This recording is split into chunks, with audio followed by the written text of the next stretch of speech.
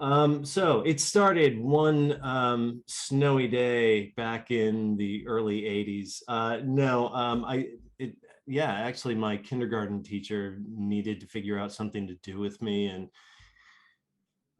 cast me as Winnie the Pooh. And so, as a 5 or 6 year old, I got my ass stuck in a rabbit hole. And my mother's a teacher. She was substituting at the time, and she wasn't able to make it, which is, heartbreaking for a mama's boy like me.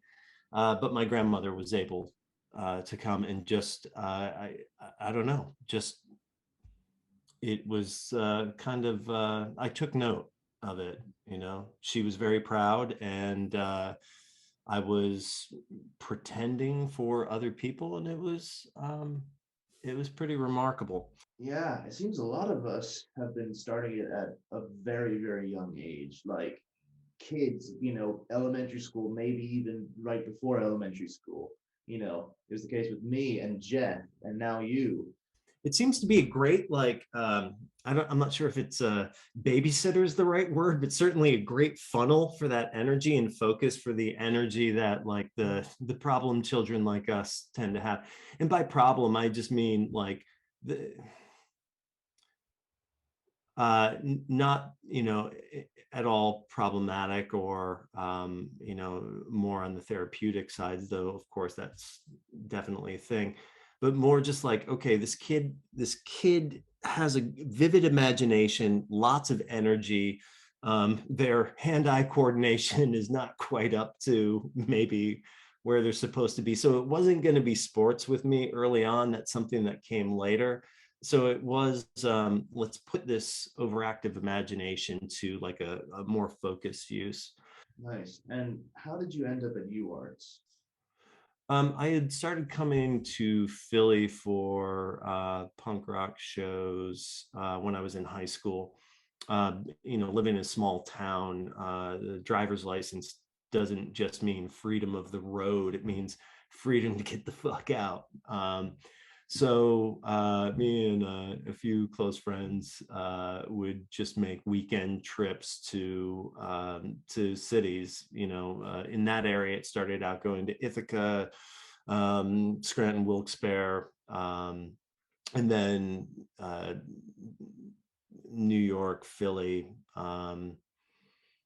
And so music is what, like, interest in music is what brought me to Philly originally. I saw, just driving around Philly, saw this school, University of the Arts. I'm like, oh, that's a thing. I was still doing a lot of visual art at the time, and I decided to kind of get that out of my system. So I chose UArts, University of the Arts in Philly, because it had a really strong visual art department, as well as having a really strong theater department, all on the same campus. Temple was another consideration, but at the time, their art school was like 4 miles north of the main campus. And I knew, even at that time, I would never, the likelihood of me taking theater classes was going to be small if I was like really centered, in the suburbs. So UArts it was. I took a semester of visual art, did well, but it didn't pay off the soul. So I dropped out and started up the theater program the next year. How often do you get to do like projects of your own outside or inside the school? I've always found a way to create my own opportunities. Usually it's been with collaborators that I love, like really good friends. I mean, this started in college. um, Founded a theater company with friends, just to do some work we were really interested in, that we knew wasn't going to be on the university main stage, and we really weren't seen anywhere, even in Philly and New York at the time.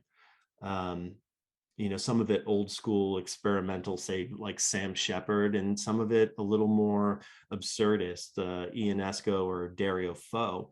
And so we wanted to put on a production, and when you put on a production, people want to know who's putting on the production. So we just came up with the name of a company. It became a company because the first production we did was just like so thrilling for all of us.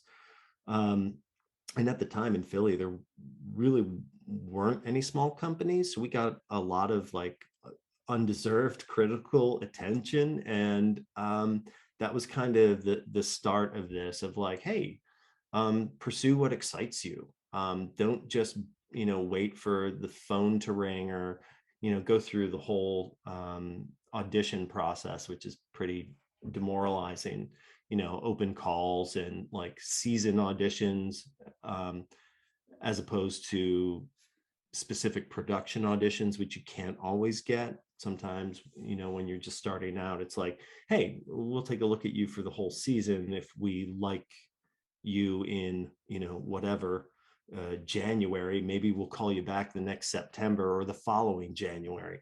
Though I don't like those odds. So I like to stay busy. And usually that means um, doing that on my own terms. So I realized that in college.